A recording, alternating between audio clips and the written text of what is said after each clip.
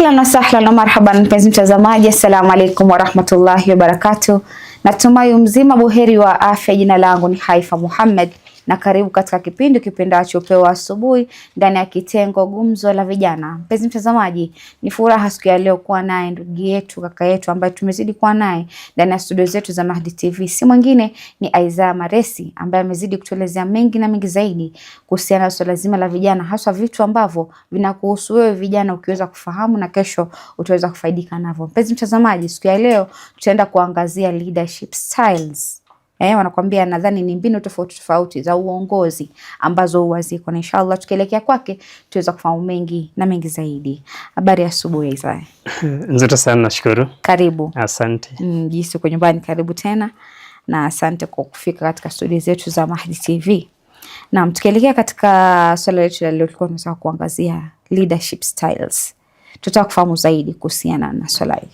Naam.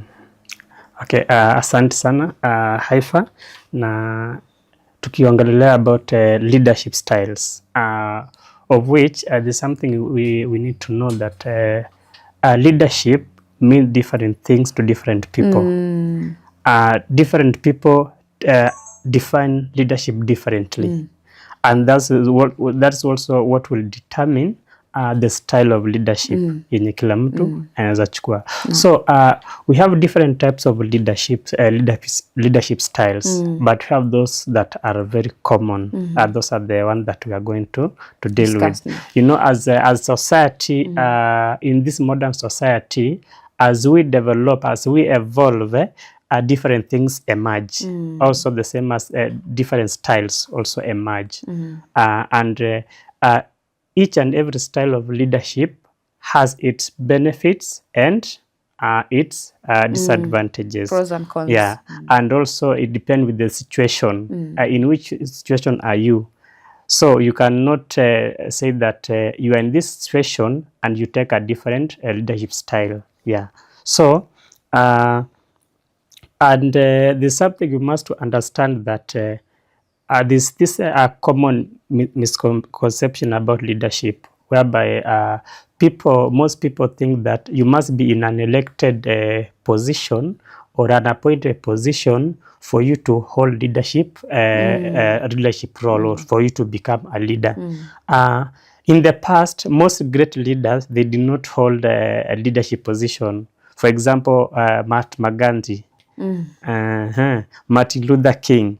Did they hold any leadership position for them to become leaders? Yeah, so that's why we are going to look at the leadership styles and how you can take those leadership styles and apply them in your life. Now, we have the first common leadership, whereby it is practiced by most people. We call it authoritarian leadership or autocratic leadership. So in this leadership style is whereby the leader or leaders take full control of their members. They take full control of making decisions. They don't give the followers or the members at least to give them feedback. To give them feedback, to give their ideas. So they are final in whatever they do. For example, we can look at the military. In military, what leadership style can you apply there? Because something you say, it must be done. Yes. And the orders must be followed. Yes. So while there's a leadership style that you must apply. So in this authoritarian leadership, it is good, and also it has its own disadvantages. So number one, the first benefit of this autocratic or authoritarian leadership style is whereby sometime you need to make a decision, or the project has to be completed on time, and you don't have the time of taking ideas from the members or the followers. That's why you can apply that leadership style, so that you don't waste time, because the project will fail or it will delay. Yeah, and this leadership style can be applied in a situation whereby you don't have time and something must be done. That's why you can apply that leadership style. And the another leadership, another style of another benefit of authoritarian leadership is that when you apply it, that's something that you want to achieve, you will achieve it on time. And the disadvantage of this leadership style is that the followers, it will lead to resentment of the followers or the members of the group. Their morale will be down because they don't feel they are part and parcel of that project. So they will withdraw from that leadership style. So this leadership style that has been applied from long time ago, but as the society evolved, different scholars have tried to criticize this leadership style because maybe sometimes it does not lead to the best result if you want to achieve the result. Yeah. So yes, it's good, but it's not a leadership that you can depend on. Yeah. It's like when you decide kama umeamua kusema wewe unakuwa kiongozi ambao ni wa kutoa tu maamuzi hapa na hapa, ni ujitayarishe na watu kutokupenda. And then another disadvantage of this style is that you will not have the creative solutions or creative ideas from the team. So, you know, if your members or the followers give you ideas, you will try to find the creative solution to the problem that we are facing as a leader. Yeah, true. Asante sana. Yes, as we tukiendelea na hizo zingine, I believe kuna zingine. Another one is at least said that I call it delegative leadership style, and sometimes we call it a laissez-faire. This is a leadership style whereby the leader is withdrawn or is hand off. And he allows all the followers or the members to make full decision to the project. But the leader should be available for getting feedback and also giving some just minor instructions.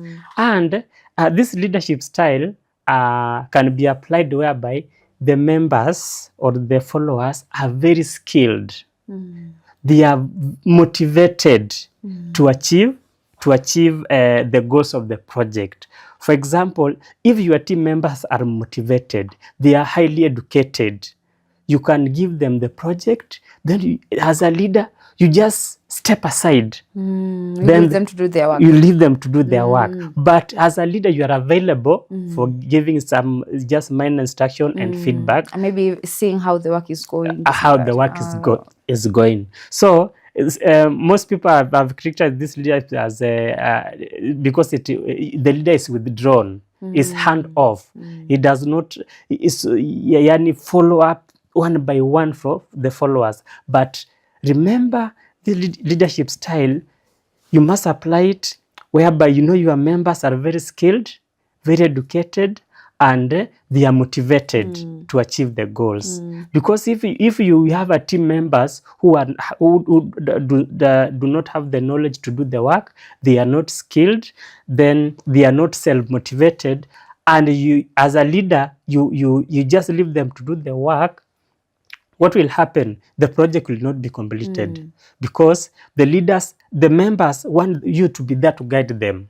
So if you are not there, the project will not proceed. But if the members are very skilled, educated, and they are self-motivated, you just give them their work, then you just watch as they complete the project. So this leadership style, it's very, very critical because nowadays in most organizations or institutions, the members are very skilled and they want to apply their knowledge. So you just give them that chance to apply the knowledge so that they feel they are doing it. And also the most important or the most benefit of this leadership style is that you can create more leaders in the organization, because those people will be motivated. Even if they get their own project, they can lead their project.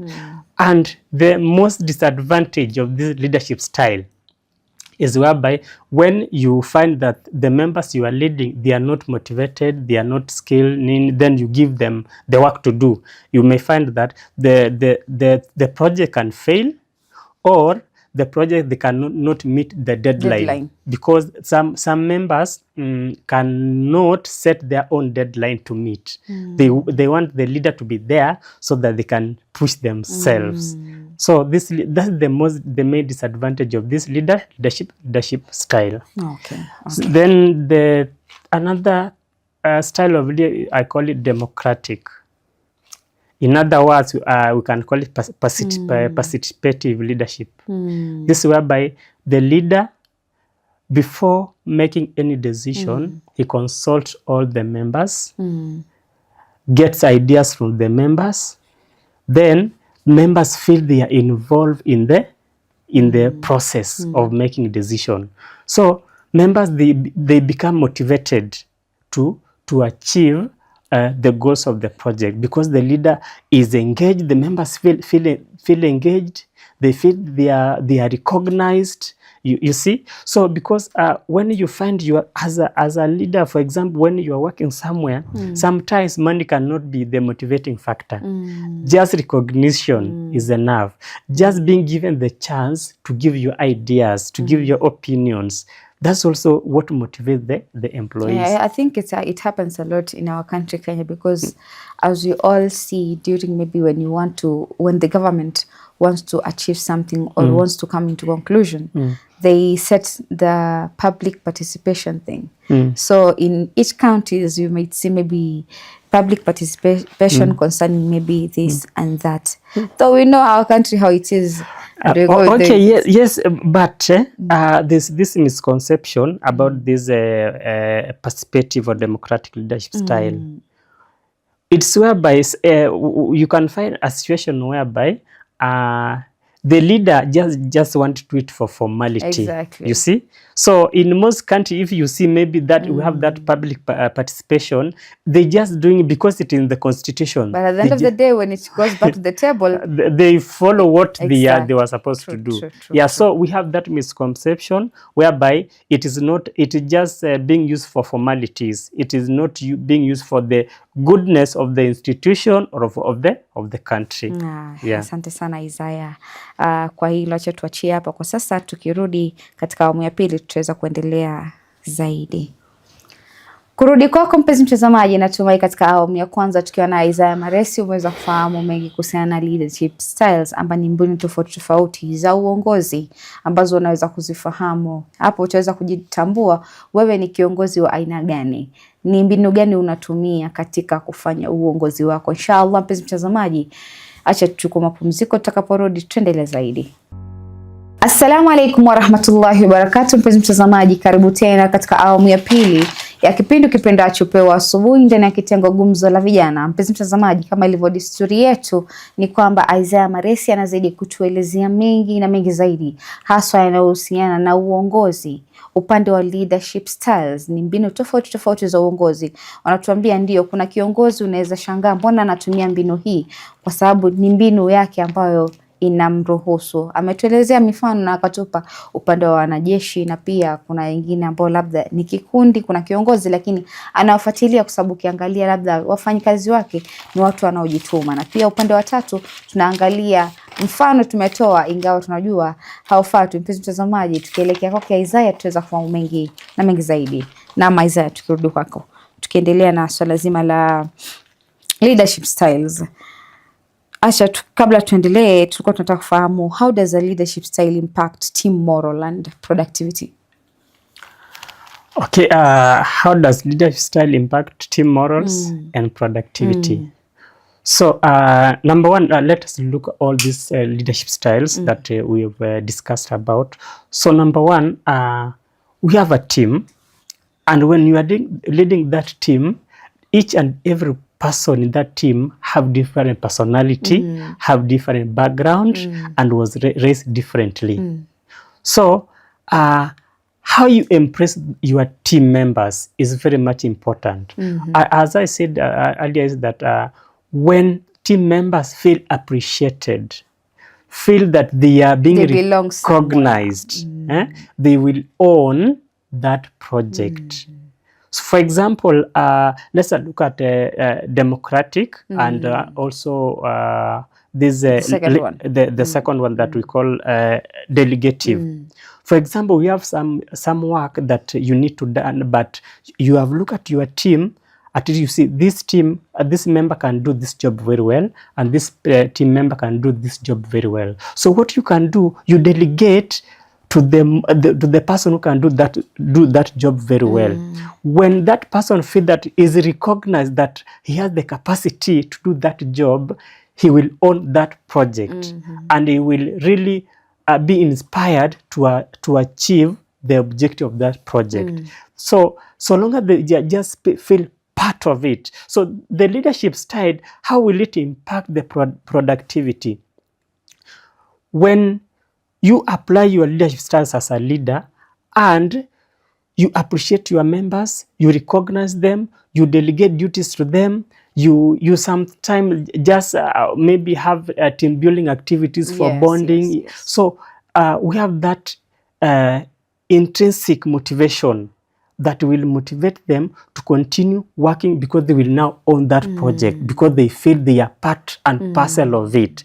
But when as a leader you just make the decisions and impose on the team members, what will happen? It will lead to resentment and low morale. Exactly. In that process, the team members will not own the objective, they will not own the project. They'll just be doing it, they'll just be doing it because of doing. For sake, because you've said that they should do it. But if they own it, you don't need to tell them, we need to do this. They will push themselves because they are self-motivated. True. Okay. What role does emotional intelligence play in different leadership styles? Emotional intelligence. Emotional intelligence, very critical. Not even just as a leader, even as a team member. So emotional intelligence is how do you manage how do you control yourself? How do you manage yourself? For example, let me use this example. For example, maybe you are in a meeting and a team member maybe says something that you are not happy about. Do you criticize him immediately? Or what do you do? No, you just, as a leader, you just wait the meeting to end. Then we just call the team member and tell him that I really like your contribution and what you are doing for the team. But during today's meeting, I didn't like how you put your ideas. So you appreciate publicly and criticize privately or encourage privately. Sure. So because if you criticize immediately in front of other team members, that member will feel demoralized. So even the productivity will go down. Exactly. Yeah. But when you give your team members, for example, you empower them, you coach them, you tell them what to do, you guide them. For example, if a team member maybe is not doing very well, she just feels that, no, I'm not doing something that's good.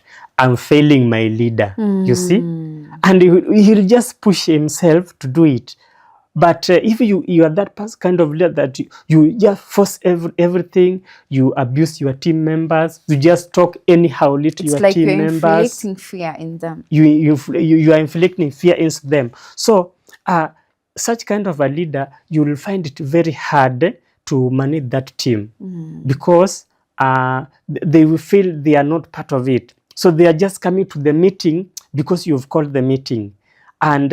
But if those members, you have that charisma, that attract the members, that keep the members inspired. Even if you call a meeting, the team member will come early for the meeting. They will be ready to contribute to the meeting. They will be ready to do whatever you say. Even if you tell them, I want us as a team to do this, they will be ready to give you ideas how to do it. Because you've included them. You've included them, and you have also empowered them. For example, you can have, for example, maybe you are supervising a team. You are in the headquarter, but your team members are in the up country. Do you think you'll be monitoring them one by one? No. So that's how when you are a good leader now in that context, whereby if a team member in the up country feels that he's not doing something that is right, he'll feel that I'm failing my leader, and my leader, he just feels that guilt, and he will continue pushing himself. But if you are that kind of leader, you just talk anyhow, they will not care. If after all, he doesn't not care about us. Exactly. So we should let me just do my work and go home. So which reminds me that as a leader should treat the subordinates in a good manner. In a good manner. In a good way. You should care about them. Because at the end of the day, you need their help. As they say, a company cannot develop with you alone. But it's the people that you work with. It's the people that you work with. And in addition to that, remember, it is not you, the leader, doing the job. It is them doing the job. Exactly. So what you should do, you should care about your team members. You should encourage them so that in that process, when they feel they are being cared for, they also care for your job. So they will push themselves to do the job. Because I hear there's something that people usually, the customers are our first priority. No, you are very wrong. Customers are not your first priority. Your staff are your first priority. How you treat them, that's how they will treat your customers. So you should treat them very well so that they will treat the customers very well. So it is, if you say, so for example, you have a staff in your office, you don't care about his personal life, you don't care about anything about her, you just want her to deliver or him to deliver. So that, and your customer, you value your customer very much than your staff. You'll see, you are not there, but how the staff will now start handling the customers, it will be not in a good way, because maybe his mental health is is not very, so he finds himself doing what? Talking to the customers in that manner. So it's very much important you care about your staff. And that's why I think most of the staff members or most of the bosses in some companies have to hold maybe a mental health session, because at the end of the day, the employees too suffer from a lot of things. And if they come in handy and decide, let's make sessions for our employees so that at least they can benefit, or we have to check whatever they do, or we have to check how they are. I think it's a benefit to them.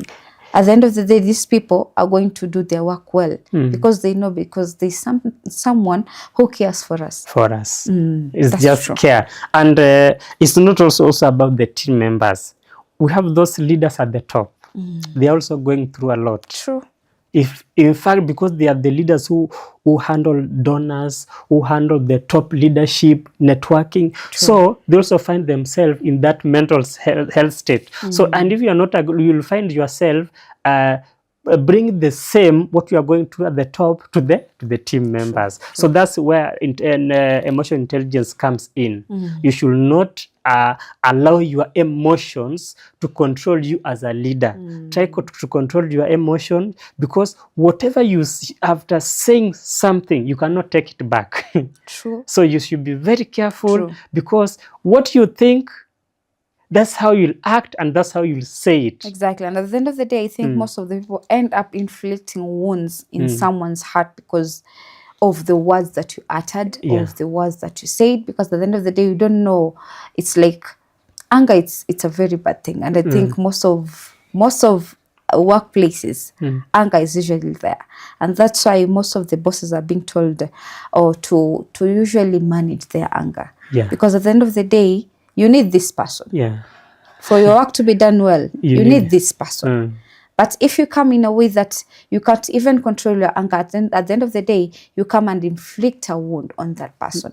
That person will not do the work properly. True. Yeah. Okay. So another thing is, how can a leader balance between being authoritative and approachable?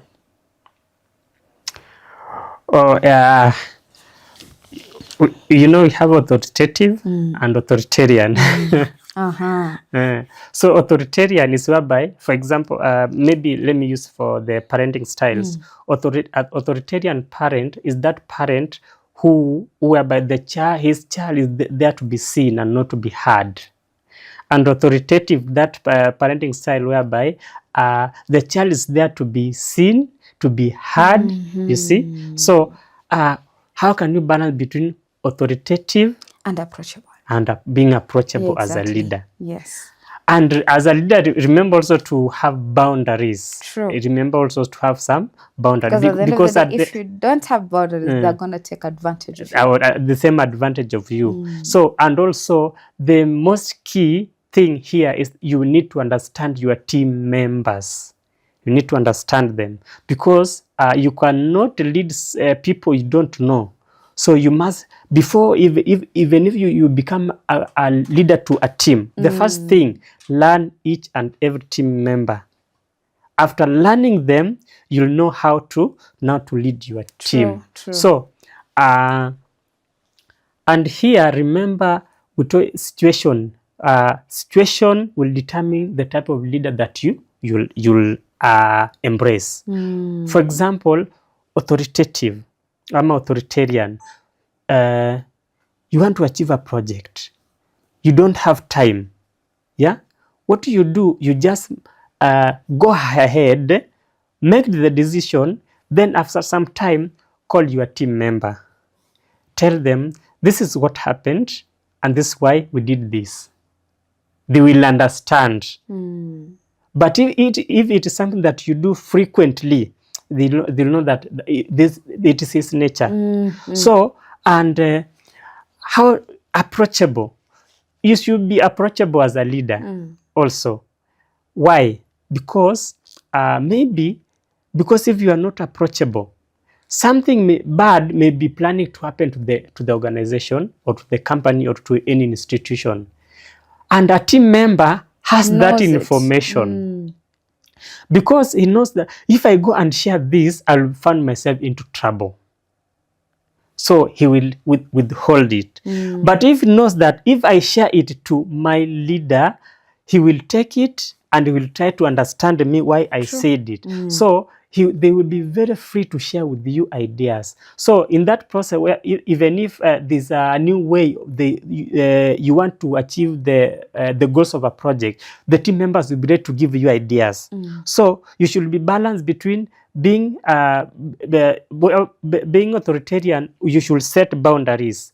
You be approachable, whereby let team members not pass this boundary, not to go to personal. If it is work, let it be work. Exactly. And remember to coach your team members. A leader, you must be a coach. So coach this team member. If you want to succeed, do this, and do this. If you want to do good in this project, do this and do this. So try to coach your team members. Tell them, always be ready to grow, learn. When your team members feel that you want them to grow, they will be part of that project. And emotional intelligence is very key. That will help you to balance this, all this. Thank you so much, Isaiah. As we wind up to the last question, what role does feedback play in identifying and refining their and making their leadership styles to be more better? Because at the end of the day, we all need the feedback of the employees. So what role does the feedback play? So this one, the feedback, it is in the developing how to develop your leadership style. So feedback, it is not only to the team members. You as a leader, you must also gather feedback from your team members, from your colleagues, and from people in and outside the organization. For example, you know, as you grow, this kind of leadership style you want to embrace. Yes. So watch other leaders. How do they lead? Then to them, learn from them the leadership style that you want to embrace and take it. Because I usually say that as a leader, you must always be ready to learn. You must always be ready to learn. So learn from the people, learn from the team members, and also when you get that feedback, for example, at some time you applied a leadership style to the team member. Watch what was the impact. True. Then another time you applied this leadership style. Then watch what was the impact to the team. So in that process, you will try to gauge which leadership style should I embrace as a leader. You see? So one has to try different leadership styles in order for one to identify one that suits him. Because you are growing. And remember, it is also a situation. Remember, even if you are going to apply different leadership style, you'll have the one that you don't impress so much, you just apply it to achieve that result. But you'll have to apply it, then mix it with your, blend it with the leadership style that you embrace. Because we have those who embrace servant leadership, transformative, participative, democratic, and we have those who don't like authoritarian. But they will try to, but they apply it in a different angle so that people don't take it as authoritarian. True. Yeah. True. Thank you so much, Isaiah. I think I don't know if there's something remaining that you want to say before we end the session. Maybe we have this thing that maybe in leadership, I usually say the misconception that most people usually say, whereby I have to be in a position to lead. I have to be in a rank to lead. I have to be in an authority to lead.